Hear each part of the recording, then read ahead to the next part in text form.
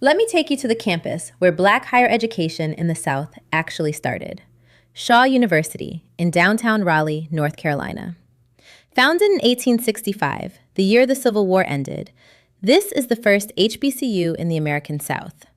Walking it, you feel the weight of that history and the warmth of the people still carrying it forward. First, let's be clear about what an HBCU is, because it matters here.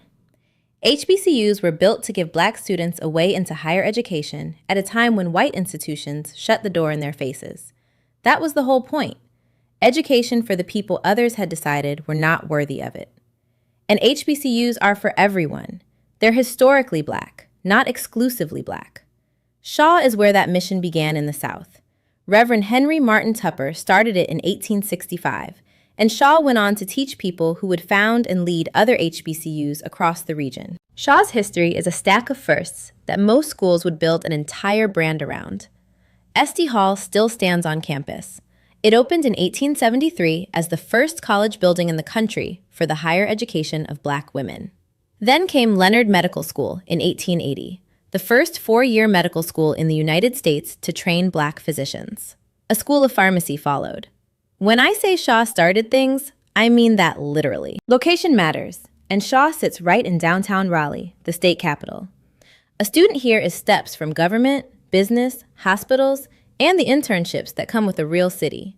There's no college bubble an hour from anything. You're in the middle of the capital. Today, Shaw is intentionally small, around 1,100 students, with a student-to-faculty ratio of 14:1. 3 schools cover the academics: arts, sciences and humanities, business and professional studies, and divinity. The majors students actually finish in tell you where the energy is: business, exercise science, criminal justice, psychology, mass communications, and biology. Here's what the numbers won't tell you. The feeling on this campus is family. Our student guide kept coming back to one word: experience. The band plays every event. Greek life is everywhere. On a warm day, there's a DJ outside and people dancing between classes. And underneath all of it is care. Package lockers that scan your face so nothing gets stolen. Campus police right inside the residence hall. Visitation rules the students described not as restrictions, but as the school looking out for them. You belong here, and we've got you. That's the energy. On the academic side, Shaw isn't standing still. In 2026, it's launching a Doctor of Education in AI and Moral Agency, the first program of its kind at an HBCU. For a 160-year-old institution to plant its flag in the ethics of artificial intelligence tells you it plans to lead the next chapter, not just honor the last one. Now let's talk money, and let's be precise, because this is where families get confused. Shaw's full cost of attendance this year is about $31,000. That is the all-in number. Tuition, fees, housing, food, books, all of it. Tuition and fees by themselves are about $17,500. So when you hear $31,000, that is the whole year, not just tuition. Now set that all-in $31,000 next to the private schools these same families are weighing, where the all-in number can run $80,000 a year. Same degree, very different price. And this matters most for the family in the donut hole, the family that earns too much for need-based aid, but too little to write a full tuition check without a plan. Shaw's accessibility isn't an accident, it's the mission, access by design. So what about merit money? Here's the real picture. 3 out of 4 of Shaw's first-year students receive institutional grant aid, and it averages around $6,900.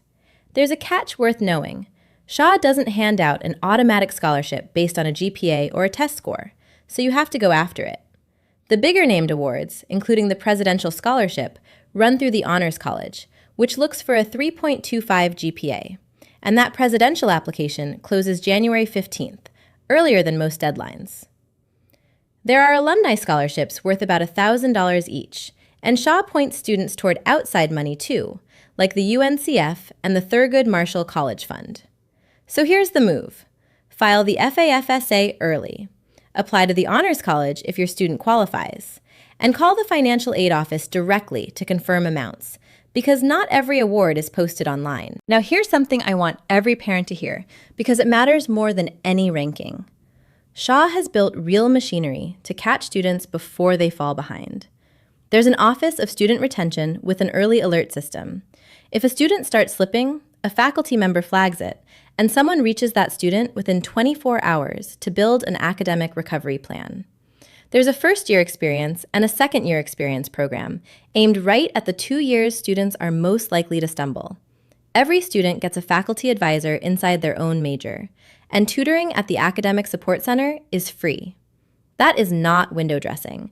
That is a school that knows its students by name and shows up for them. Applying is straightforward. Shaw doesn't use SAT or ACT scores to make its decision, so that's one less pressure point on your student.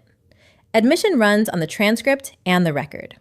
The fee is $25, the FAFSA code is 002962, and the financial aid priority deadline is March 15th. So who is Shaw for? The student who wants to belong to something with roots, who wants a tight community and a capital city right outside the gates. If your student wants to be a name and not a number, and wants to stand inside a legacy instead of reading about one, Shaw earns a real look. Here's my honest take. You'll hear that graduation rates at schools like Shaw run lower than at the private schools families compare them to. And that's true. But that number is a starting question, not a verdict. It says more about the outside pressures students walk in carrying than about how much the school invests in them. And Shaw has answered those pressures with the support I just walked you through. Early alerts, advisors in every major, free tutoring, a structured first and second year. So don't guess. When you visit, ask the direct questions. How fast does someone reach my student if they fall behind? Who is their advisor, and how often will they meet? What tutoring is free, and how do they get it? Shaw has real answers to all of it. For the student who wants this legacy and this community, with a family that walks in asking the right questions, Shaw is a place worth standing inside.